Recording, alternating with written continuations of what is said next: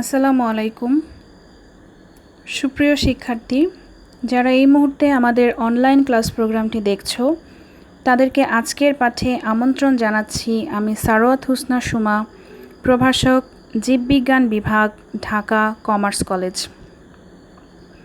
কেমন আছো সবাই? আশা করছি পরিবার পরিজন নিয়ে সবাই ভালো আছো এবং লেখাপড়াটাও চলমান আছে। আর কথা না বাড়িয়ে শুরু করছি আজকের মূল আলোচনা। আজকে আমাদের আলোচ্য বিষয় একাদশ দ্বাদশ শ্রেণীর জীববিজ্ঞান প্রথম পত্রের ষষ্ঠ অধ্যায়ের নির্দিষ্ট একটা টপিক টেরিডোফাইটা। গত ক্লাসে আমরা এই অধ্যায়েরই ব্রায়োফাইটা সম্পর্কে জেনেছি, আর আজকে জানব টেরিডোফাইটা সম্পর্কে। তোমরা এখানে দেখতে পাচ্ছ ষষ্ঠ অধ্যায় ব্রায়োফাইটা এবং টেরিডোফাইটা লেখা আছে। তোমাদের জীববিজ্ঞান প্রথম পত্র বইতে ষষ্ঠ অধ্যায়ে ব্রায়োফাইটা এবং টেরিডোফাইটা সম্পর্কে আলোচনা করা হয়েছে, যার মধ্য থেকে আজকে আমরা টেরিডোফাইটা সম্পর্কে কিছু তথ্য জানব। টেরিডোফাইটা শব্দটি গ্রিক টেরন বা ফার্ন, মানে যার মানে হচ্ছে ফার্ন, এবং ফাইটন মানে হচ্ছে উদ্ভিদ, এখান থেকে এসেছে, যেখান থেকে টেরিডোফাইটা মানে হয় ফার্ন বর্গীয় উদ্ভিদ। এরা সাধারণত উদ্ভিদ জগতে বীজহীন অপুষ্পক উদ্ভিদ যারা আছে, বীজহীন অপুষ্পক উদ্ভিদ অর্থাৎ যাদের বীজ হবে না, পুষ্প হবে না, এদের অন্তর্ভুক্ত। তাহলে টেরিডোফাইটা মানে হচ্ছে ফার্ন বর্গীয় উদ্ভিদ। এই সম্পর্কে আজকে আমরা জানব। শুরুতেই আছে টেরিডোফাইটার বৈশিষ্ট্য। আমাদের 1 নম্বর প্রশ্ন হচ্ছে টেরিডোফাইটার বৈশিষ্ট্য লিখো। আমরা শুরুতেই বলে নিয়েছি যে টেরিডোফাইটা মানেই হচ্ছে একটা বীজহীন অপুষ্পক উদ্ভিদ, অর্থাৎ এর পুষ্প হবে না, বীজ হবে না। তাহলে টেরিডোফাইটার 1 নম্বর বৈশিষ্ট্য হিসেবে আছে এরা অপুষ্পক এবং অবীজী উদ্ভিদ। 2 নম্বর বৈশিষ্ট্য হিসেবে আছে যে এরা স্পোরোফাইটিক উদ্ভিদ অর্থাৎ ডিপ্লয়েড। এদের গ্যামেটোফাইট পর্যায়কে প্রোথালাস বলে, যা থ্যালাস প্রকৃতির। এদের দেহকে মূল কাণ্ড পাতায় বিভক্ত করা যায়। আমি আবারও বলছি, এদের দেহকে মূল কাণ্ড এবং পাতায় বিভক্ত করা যায়। এই বৈশিষ্ট্যের কারণেই টেরিডোফাইটা অপুষ্পক উদ্ভিদগুলোর মধ্যে সবথেকে উন্নত। টেরিডোফাইটাকে বলা হয় অপুষ্পক উদ্ভিদগুলোর মধ্যে সবথেকে উন্নত। এর কারণ হচ্ছে এদের দেহকে মূল কাণ্ড পাতায় বিভক্ত করা যায়। এর পরবর্তী বৈশিষ্ট্য হচ্ছে ভাস্কুলার টিস্যু আছে। এই দুটোর কারণেই প্রধানত টেরিডোফাইটাকে উন্নত বলা হয়। পরীক্ষায় তোমাদের প্রশ্ন থাকতে পারে গত দিনের আলোচনা প্লাস আজকেরটা সহ বা এই চ্যাপ্টার থেকে, যে ব্রায়োফাইটা টেরিডোফাইটার মধ্যে কোনটি উন্নত কেন, অথবা অপুষ্পক উদ্ভিদের মধ্যে কোনটি উন্নত কেন ব্যাখ্যা করো। তখন তোমাকে এই বৈশিষ্ট্য সহ লিখতে হবে। অথবা পরীক্ষায় থাকতে পারে ব্রায়োফাইটা এবং টেরিডোফাইটা বা মস বর্গীয় এবং ফার্ন বর্গীয় উদ্ভিদের মধ্যে পার্থক্য লিখো। তখন তোমরা এই বৈশিষ্ট্যগুলো থেকে খুব সহজেই পার্থক্য তৈরি করে নিতে পারবে। তাই বৈশিষ্ট্যগুলো খুব ভালো করে আয়ত্ত করতে হবে। চলে যাচ্ছি পরবর্তী বৈশিষ্ট্যে। এদের স্পোরোফাইটে স্পোর উৎপন্ন হয়, যা সম এবং অসম আকারের হতে পারে। যদি টেরিডোফাইটার স্পোর সম আকারের হয় তাহলে তাকে বলা হয় হোমোস্পোরাস, আর যদি অসম আকারের হয় তাহলে তাকে বলা হয় হেটারোস্পোরাস। এদের জননাঙ্গ বহুকোষী এবং জননাঙ্গের চারদিকে বন্ধা কোষের বেষ্টনী থাকে। এদের পুং গ্যামেট হচ্ছে সচল এবং অ্যান্থেরিডিয়ামে উৎপন্ন হয়, আর এদের স্ত্রী গ্যামেট হচ্ছে নিশ্চল, যা আর্কিগোনিয়ামে উৎপন্ন হয়। এদের জীবনচক্রের সুস্পষ্ট যৌনক্রম আছে। তাহলে টেরিডোফাইটার ইম্পর্টেন্ট বৈশিষ্ট্যগুলো আমি আরেকবার রিপিট করছি। টেরিডোফাইটা হচ্ছে একটা অপুষ্পক অবীজী উদ্ভিদ, যা হচ্ছে স্পোরোফাইটিক উদ্ভিদ বা ডিপ্লয়েড। এর গ্যামেটোফাইটিক পর্যায়কে বলা হয় প্রোথালাস। এর দেহকে মূল কাণ্ড পাতায় বিভক্ত করা যায়। এদের ভাস্কুলার টিস্যু আছে এবং এদের জননাঙ্গ বহুকোষী, জননাঙ্গের চারপাশে বন্ধা কোষের আবরণ থাকে। চলে যাচ্ছি পরবর্তী প্রশ্নে। পরবর্তী প্রশ্ন হচ্ছে সানফার্ন কি? সাধারণত টেরিস উদ্ভিদকে সানফার্ন বলা হয়ে থাকে। টেরিস হচ্ছে টেরিডোফাইটার অন্তর্ভুক্ত একটা উদ্ভিদ। তো টেরিস উদ্ভিদকে সানফার্ন বলা হয়, এর কারণ হচ্ছে এরা রোদে জন্মাতে পছন্দ করে। আমাদের পরবর্তী প্রশ্ন হচ্ছে টেরিসের দৈহিক গঠন বর্ণনা করো। এটা পরীক্ষার জন্য খুব ইম্পর্টেন্ট একটা প্রশ্ন। এখান থেকে তোমাদের প্রয়োগের প্রশ্ন হিসেবে থাকতে পারে, অথবা এখান থেকে ভেতর থেকে ছোট প্রশ্ন আসতে পারে।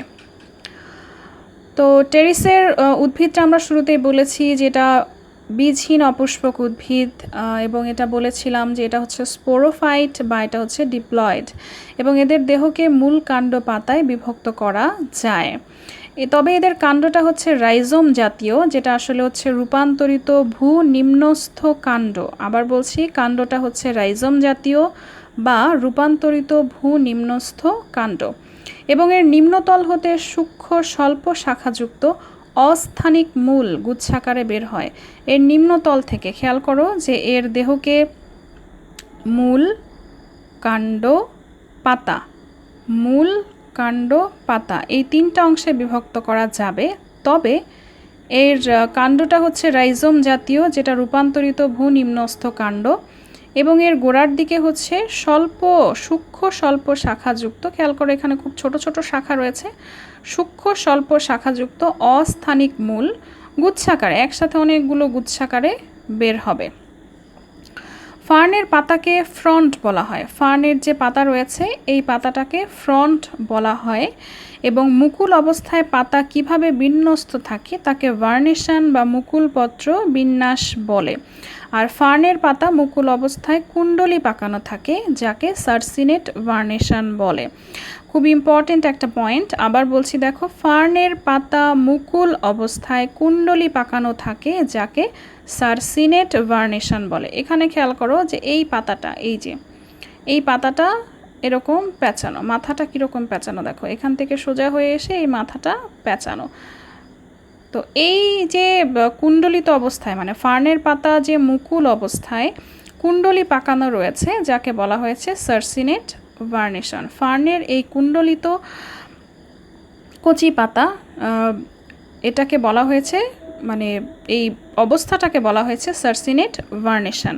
আর কুণ্ডলিত কচি পাতার একটা নাম আছে, যাকে বলা হয়েছে ক্রোজিয়ার। এটা খেয়াল করে শিখবে বা মনে রাখবে, সেটা হচ্ছে যে কুণ্ডলিত কচি পাতাটার নাম কিন্তু ক্রোজিয়ার, বাট ফার্নের পাতা মুকুল অবস্থায় যে কুণ্ডলী পাকানো থাকে এই অবস্থাটার নাম হচ্ছে সার্সিনেট ভার্নিশন।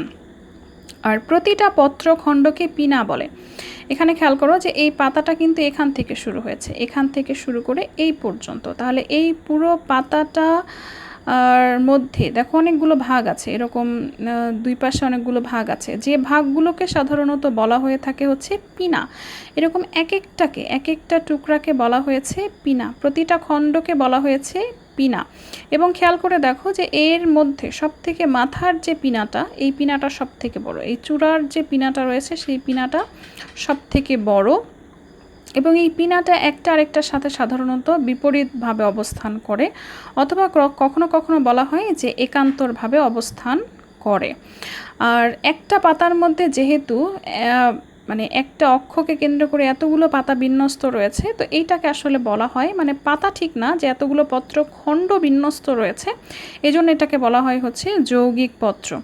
অন্যান্য যেমন আম, কাঁঠাল, জাম, এদের ক্ষেত্রে দেখবা যে একটা সিঙ্গেল পাতা রয়েছে যার মধ্যে কোনো পত্রখণ্ড নেই, কিন্তু এখানে এই যে মাঝ বরাবর যে অংশটা রয়েছে, এই মাঝ বরাবর যে অক্ষকে কেন্দ্র করে এই পত্রখণ্ডগুলো বিন্যস্ত, এই মাঝ বরাবর যে অক্ষকে, তাকে বলা হয় র্যাকিস। তো এই র্যাকিসের উভয় পাশে যে পত্রখণ্ডগুলো রয়েছে তাকে প্রত্যেকটাকে বলা হয় পিনা, এবং যেহেতু এরকম অসংখ্য পত্রখণ্ড বা অনেকগুলো পত্রখণ্ড মিলে একটা পাতা গঠন করেছে, তাই এটাকে বলা হয় হচ্ছে যৌগিক পত্র। এবং এই যৌগিক পত্রের এই চূড়ারটাকে বলা হয়েছে যে এটা, এই পিনাটা সবথেকে বড়। এরপরে দেখো যে এই যে সার্সিনেট যে ভার্নিশন বা ক্রোজিয়ার, যে এই ক্রোজিয়ারের ঠিক গোড়ার দিকে বা অন্য যে বড় পাতাগুলো রয়েছে তার গোড়ার দিকে কিছু শল্কপত্র রয়েছে, বাদামি বর্ণের শল্কপত্র রয়েছে, যাকে র্যামেন্টাম বলা হয়। বাদামি বর্ণের শল্কপত্র রয়েছে এবং হচ্ছে যে এই পাতার নিচে, পাতাটা যখন পরিণত হবে বা এই উদ্ভিদটা যখন পরিণত হবে তখন এর পাতার নিচের পৃষ্ঠে কিছু সোরাস তৈরি হবে, যেখানে পরবর্তীতে স্পোর তৈরি হয় এবং এই স্পোর থেকেই পরবর্তীতে এর প্রোথ্যালাস গঠিত হবে। পরবর্তী পেজে দেখো ওই কথাগুলোই বলা আছে যেগুলো আমি টেরিসের গঠনের ক্ষেত্রে বলছিলাম শেষের দিকে, যে এর পাতাগুলো সাধারণত হচ্ছে অবৃন্তক, মানে এদের বৃন্ত বা বোটা নেই বললেই চলে, প্রায় অবৃন্তক। এদের পাতাগুলো মানে পত্রখণ্ডগুলো সাধারণত অপোজিট বা বিপরীত, কখনো কখনো কিছুটা একান্তরভাবে অবস্থান করে। এদের পিনা সাধারণত সরু লম্বাটে, এদের কিনারা মসৃণ এবং শীর্ষক পিনাটা সব থেকে বড় হয়, যেটা আমরা শুরুতে বলেছিলাম যে এর চূড়ার যে পিনাটা সেটা সব থেকে বেশি লম্বা হয়। এবং এদের যে র্যাকিস রয়েছে সেই র্যাকিসের নিম্ন প্রান্ত এবং রাইজোম এক প্রকার অসংখ্য বাদামি রঙের শল্কপত্র দিয়ে আবৃত থাকে। এই শল্কপত্রকে র্যামেন্টাম বলে, শল্কপত্রের নাম হচ্ছে র্যামেন্টাম। এখানে টেরিস সম্পর্কে কিছু তথ্য রয়েছে যেটা আসলে টেরিসের অযৌন জননের ক্ষেত্রে প্রযোজ্য। যেমন বলা হয়েছে যে এর স্পোরানজিয়ামের গুচ্ছকে সোরাস বলে, অর্থাৎ আমরা যে বলছিলাম যে পাতার নিচের পৃষ্ঠে সোরাস তৈরি হয়, সেই সোরাসটা আসলে অনেকগুলো স্পোরানজিয়ামের গুচ্ছ, যাকে বলা হচ্ছে সোরাস। প্রতিটা সোরাস দেখতে বাদামি বর্ণের এবং বৃক্কাকার। আর পরিণত স্পোরানজিয়াম সাধারণত একটি বৃন্ত এবং বৃন্তের মাথায় একটি উপবৃত্তাকার ক্যাপসুল অংশ নিয়ে গঠিত। আর ক্যাপসুলের তিনটা অংশ থাকে, একটা হচ্ছে অ্যানুলাস, স্টোমিয়াম এবং হচ্ছে বৃন্ত। ক্যাপসুলের মধ্যে অ্যানুলাস, স্টোমিয়াম ওপরে এবং বৃন্ত হচ্ছে নিচে থাকে। আর একটি স্পোরানজিয়াম থেকে সাধারণত 64টা স্পোর তৈরি হয়। একটা স্পোরানজিয়াম থেকে 64 স্পোর তৈরি হবে। আমাদের পরবর্তী প্রশ্ন হচ্ছে ফার্ন প্রোথ্যালাসের বর্ণনা দাও। পরীক্ষার জন্য এটা ইম্পর্টেন্ট। তো এটা হচ্ছে যে ফার্নের যে প্রোথ্যালাস এটা আসলে একটা গ্যামেটোফাইটিক অবস্থা বা হ্যাপ্লয়েড অবস্থা। সো এটাকে বলা হয়েছে যে ফার্ন প্রোথ্যালাসের বর্ণনা দাও, অথবা ফার্ন গ্যামেটোফাইট প্রোথ্যালাসের বর্ণনা দাও, অথবা টেরিসের প্রোথ্যালাসের বর্ণনা দাও। স্পোর হচ্ছে আসলে গ্যামেটোফাইট অধ্যায়ের সূচনা কোষ। পরিণত স্পোরানজিয়াম থেকে স্পোরগুলো মুক্ত হয়ে বাতাসে ভর করে দূরে ছড়িয়ে পড়ে। আমরা একটু আগেই যে টেরিসের গঠন পড়ছিলাম সেখানে আমরা বলছিলাম যে পাতার নিচের পৃষ্ঠে কিছু সোরাস তৈরি হয়। তো সোরাস আসলে অনেকগুলো স্পোরানজিয়াম মিলে সোরাস গঠন করে। তো ওই সোরাস থেকেই আসলে যে স্পোরগুলো তৈরি হয়, এবং আমরা বলেছিলাম যে একটা স্পোরানজিয়াম থেকে 64টা স্পোর তৈরি হয়। তো এই যে স্পোরগুলো তৈরি হলো, সেই স্পোরগুলো আসলে পরিবেশে মুক্ত হয়ে যখন বাতাসে ভর করে দূরে ছড়িয়ে পড়ে এবং অনুকূল পরিবেশে অঙ্কুরিত হয়ে মাইটোসিস পদ্ধতিতে ক্রমাগত বিভাজিত হয়ে একটা চাপা সবুজ বর্ণের হৃৎপিণ্ডাকার প্রোথ্যালাস গঠন করে। খেয়াল করে শোনো যে সবুজ বর্ণের হৃৎপিণ্ডাকার প্রোথ্যালাস গঠন করে। পরীক্ষার মধ্যে উদ্দীপক চেনার জন্য এই পয়েন্টটা খুব বেশি ইম্পর্টেন্ট, যে সবুজ বর্ণের হৃৎপিণ্ডাকার প্রোথ্যালাস গঠন করে। তো প্রোথ্যালাস গ্যামেটোফাইট দশার পূর্ণাঙ্গ দেহ। এটি সাধারণত সবুজ বর্ণের, বহুকোষী, স্বাধীন এবং স্বভোজী। যেহেতু সবুজ বর্ণের তার মানে নিজের খাদ্য নিজে তৈরি করতে পারে, ফলে এটা হচ্ছে স্বভোজী।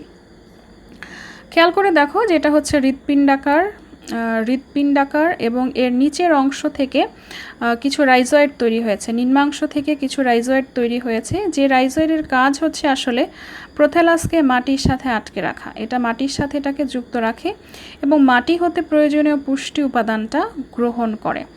প্রোথ্যালাসের ওপরের দিকে রয়েছে একটা অগ্রস্থ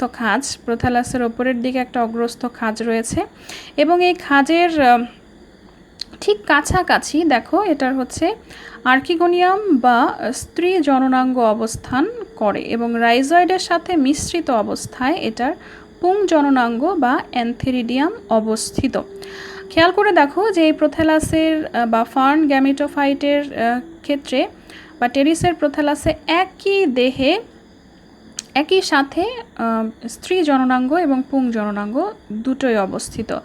যেহেতু একই সঙ্গে এখানে একই দেহে স্ত্রী জননাঙ্গ পুং জননাঙ্গ দুটোই অবস্থিত, এজন্য এটাকে বলা হয় উভলিঙ্গ, অর্থাৎ প্রোথ্যালাস হচ্ছে উভলিঙ্গ। এবং প্রোথ্যালাসে সাধারণত যৌন জনন সম্পন্ন হয় এবং প্রোথ্যালাস সহবাসী। পরীক্ষা অনেক সময় তোমাদের অনুধাবনের প্রশ্ন হিসেবে আসতে পারে যে প্রোথ্যালাসকে কেন উভলিঙ্গ বা সহবাসী বলা হয়। তখন তোমাদেরকে এই অংশটুকু লিখতে হবে যে টেরিসের প্রোথ্যালাসে বা ফার্নের প্রোথ্যালাসে সাধারণত একই দেহে পুং এবং স্ত্রী জননাঙ্গ দুটোই অবস্থান করে। যেহেতু দুটোই অবস্থান করে তাই এটা হচ্ছে উভলিঙ্গ বা সহবাসী। তোমাদের জন্য এখানে একটা মডেল প্রশ্ন দেওয়া আছে, যে মডেল প্রশ্নে 1 নম্বরে বলা হয়েছে, দেখো সার্সিনেট ভার্নেশনটা কি, ক্রোজিয়ারটা কি, হিটারোমরফিক যৌনক্রম বলতে কি বোঝো। পরবর্তীতে আছে হচ্ছে ফার্ন প্রোথ্যালাসের চিহ্নিত চিত্র অঙ্কন করো। এখানে শুধুমাত্র চিহ্নিত চিত্র অঙ্কন করতে বলা হয়েছে, তোমরা চিত্রটা পেন্সিল দিয়ে আঁকবে এবং সেটা শুধুমাত্র চিহ্নিত করবে। 3 নম্বরে আছে হচ্ছে মস বর্গীয় এবং ফার্ন বর্গীয় উদ্ভিদের মধ্যকার বৈসাদৃশ্যগুলো লিখো, অর্থাৎ ব্রায়োফাইটা এবং টেরিডোফাইটার মধ্যে যে পার্থক্য রয়েছে সেটা লিখবে এবং এর মধ্যে কোনটি উন্নত এবং কেন ব্যাখ্যা দাও।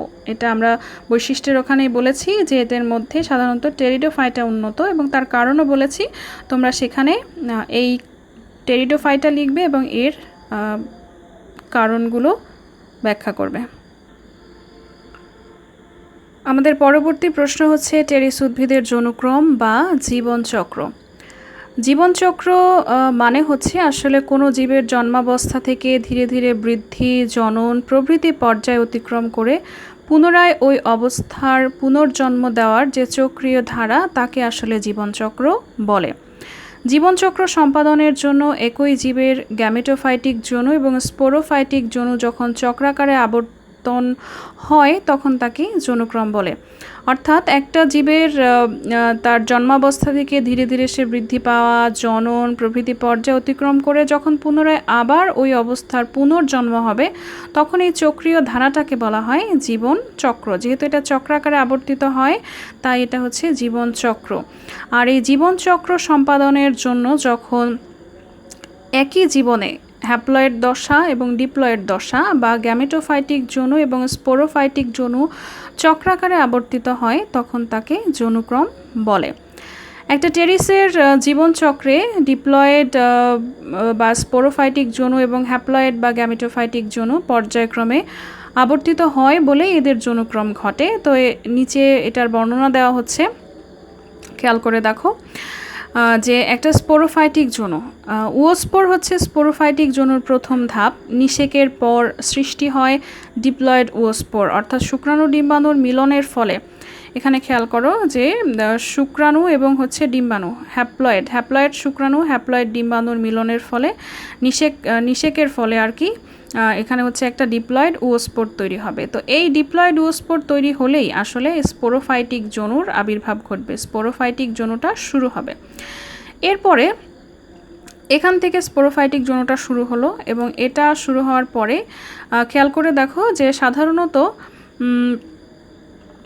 এটি মাইটোসিস প্রক্রিয়ায় ক্রমাগত বিভাজিত হয়ে কাণ্ড এবং পাতা বিশিষ্ট একটা পূর্ণাঙ্গ টেরিস উদ্ভিদ সৃষ্টি করে, যা স্পোরোফাইটিক যৌনুর প্রতিনিধিত্ব করবে। আমরা যে টেরিস উদ্ভিদের বর্ণনাটা শিখে আসছি সেই টেরিস উদ্ভিদটাই আসলে এর প্রতিনিধিত্ব করবে। এবং এর পাতার নিচে যে নিচের পৃষ্ঠে যে কিনারা রয়েছে সেখানে অনেক সোরাই উৎপন্ন হবে, সেখান থেকে অসংখ্য স্পোরাঞ্জিয়া পাওয়া যাবে এবং প্রতিটা স্পোরাঞ্জিয়ামে সাধারণত 16টি করে স্পোর মাতৃকোষ তৈরি হয়।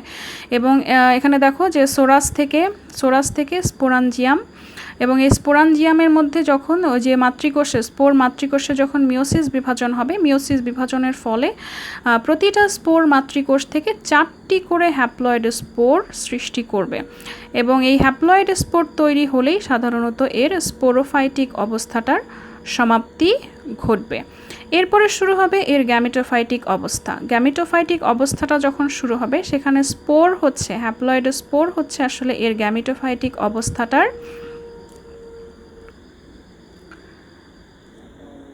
যা বলছিলাম যে স্পোর হচ্ছে আসলে এর এই গ্যামেটোফাইটিক অবস্থাটার হচ্ছে সূচনা করে। তো অনুকূল পরিবেশে স্পোরটা অঙ্কুরিত হয়ে একটা হৃৎপিণ্ডাকার প্রথালাস সৃষ্টি করবে। আমরা যে প্রথালাসটা একটু আগে পড়লাম যে স্পোরটা অনুকূল পরিবেশে অঙ্কুরিত হয়ে একটা হৃৎপিণ্ডাকার প্রথালাস গঠন করবে, যেটা হচ্ছে হ্যাপ্লয়েড। এরপর উভলিঙ্গ প্রথালাসে অবস্থিত আর্কিগোনিয়াম এবং অ্যান্থেরিডিয়াম থেকে, আর্কিগোনিয়াম হচ্ছে স্ত্রী জননাঙ্গ এবং পুং জননাঙ্গ হচ্ছে অ্যান্থেরিডিয়াম, সেখান থেকে আবার শুক্রাণু ডিম্বাণু তৈরি হবে, সেখান থেকে আবার নিষেক হবে, আবারও স্পোর হবে, এভাবে এটা কন্টিনিউয়াস এভাবে চক্রাকারে আবর্তিত হবে। তো এই যে চক্রাকারে আবর্তিত হচ্ছে, এটার জন্যই আসলে এটা হচ্ছে যৌনক্রম বলা হয়েছে। তো টেরিসের স্পোরোফাইটিক যৌনটা হচ্ছে দীর্ঘ, কিন্তু গ্যামেটোফাইটিক যে যৌনটা রয়েছে সেটা বেশ সংক্ষিপ্ত, এবং যৌন দুটি আকার এবং আকৃতিতে স্বতন্ত্র এবং ভিন্ন ভিন্ন। এ ধরনের যৌনক্রমকে সাধারণত হেটারোমরফিক যৌনক্রম বলা হয়। সাধারণত যে যখন দেখা যায় যে একটা উদ্ভিদের যৌন ক্রমের ক্ষেত্রে স্পোরোফাইটিক যৌন এবং গ্যামেটোফাইটিক যৌনটা যখন আকার আকৃতিতে স্বতন্ত্র এবং ভিন্ন ভিন্ন হয়, তখন তাদেরকে সাধারণত হেটারোমরফিক যৌনক্রম বলা হয়। পরীক্ষায় তোমাদের এটা অনুধাবনের প্রশ্ন হিসেবে থাকতে পারে যে হেটারোমরফিক যৌনক্রমটা কি। তখন তোমাদের বলতে হবে যে যখন গ্যামেটোফাইটিক এবং স্পোরোফাইটিক যৌনটা আকার আকৃতিতে স্বতন্ত্র এবং ভিন্ন ভিন্ন হয়, তখন তাকে বলা হয় হেটারোমরফিক যৌনক্রম। তোমরা পরীক্ষায় যদি টেরিস উদ্ভিদের জীবনচক্র বা যৌনক্রম আসে, তাহলে এই ছবিটা দেওয়ার চেষ্টা করবে, এই ছবিটা দিবে সবাই। তো এখানে দেখো, খেয়াল করে দেখো, এটা আমি আরেকবার রিপিট করছি যে এখানে শুক্রাণু এবং ডিম্বাণু অর্থাৎ হ্যাপ্লয়েড শুক্রাণু হ্যাপ্লয়েড ডিম্বাণুর মিলনের ফলে একটা উওস্পোর বা ডিপ্লয়েড জাইগোট তৈরি হচ্ছে। সেখান থেকে অনুকূল পরিবেশে অঙ্কুরোদ্গমের ফলে একটা নতুন স্পোরোফাইট অবস্থা তৈরি হবে। দেখো, এরপরে সেখান থেকে একটা টেরিস উদ্ভিদ জন্ম নিবে, যা হবে হচ্ছে ডিপ্লয়েড। সেখান থেকে এর পরিণত হওয়ার পরে পাতার নিচের পৃষ্ঠে তৈরি হবে সোরাস, সেখান থেকে স্পোরাঞ্জিয়াম থেকে হবে ডিপ্লয়েড স্পোর মাতৃকোষ, সেখানে হবে হচ্ছে মিওসিস। তো এই পর্যন্ত হচ্ছে স্পোরোফাইটিক যৌন, অর্থাৎ এই যৌন মিলন থেকে শুরু করে স্পোর মাতৃকোষ, ডিপ্লয়েড স্পোর মাতৃকোষ পর্যন্ত হচ্ছে স্পোরোফাইটিক যৌন। এবং এরপরে স্পোর মাতৃকোষে যখন মিওসিস সেল ডিভিশন হবে, মিওসিস সেল ডিভিশনের ফলে দেখো এখানে একটা স্পোর মাতৃকোষ থেকে 4টা হ্যাপ্লয়েড স্পোর তৈরি হবে। সেখান থেকে হ্যাপ্লয়েড স্পোর, সেটা অঙ্কুরোদ্গম হবে অনুকূল পরিবেশে, সেখান থেকে একটা প্রথালাস গঠিত হবে। প্রথালাস যেহেতু উভলিঙ্গ, এখানে আর্কিগোনিয়াম অ্যান্থেরিডিয়াম থেকে আবার শুক্রাণু ডিম্বাণু তৈরি হবে, সেখান থেকে আবার যৌন মিলনের ফলে জাইগোট হবে ডিপ্লয়েড। তো এই যে দেখো গ্যামেটোফাইটিক যৌন এবং স্পোরোফাইটিক যৌন কিভাবে চক্রাকারে আবর্তিত হচ্ছে এবং পর্যায়ক্রমে একবার গ্যামেটোফাইটিক হলে তারপরে স্পোরোফাইটিক, আবার গ্যামেটোফাইটিক, আবার স্পোরোফাইটিক, অর্থাৎ একটা জীবের জীবনেই গ্যামেটোফাইটিক এবং স্পোরোফাইটিক অবস্থাটা চক্রাকারে আবর্তিত হচ্ছে, এজন্য এটাকে বলা হচ্ছে যৌনক্রম। তো শিক্ষার্থীরা, আজকের আলোচনা থেকে আমরা জীববিজ্ঞান প্রথম পত্রের 6ষ্ঠ অধ্যায়ে টেরিডোফাইটা সম্পর্কে জানলাম, যেখানে ছিল টেরিডোফাইটার বৈশিষ্ট্য, তারপরে ছিল সানফার্ন কি, এরপরে ছিল টেরিস উদ্ভিদের দৈহিক গঠন, এরপরে ফার্ন প্রথালাসের গঠন, এরপরে টেরিস উদ্ভিদের যৌনক্রম সম্পর্কে আমরা জেনেছি। এবং তোমাদের জন্য একটা মডেল প্রশ্ন ছিল, যে প্রশ্নে তোমাদের জন্য কিছু ইম্পর্টেন্ট প্রশ্ন রাখা হয়েছে, যা তোমরা অনুশীলন করবে। তো আজকের আলোচনা এখানেই শেষ করব। পরবর্তী ক্লাসে নতুন একটা অধ্যায় শুরু করব ইনশাল্লাহ। সে পর্যন্ত ভালো থেকো সবাই, নিরাপদে থেকো। আল্লাহ হাফেজ।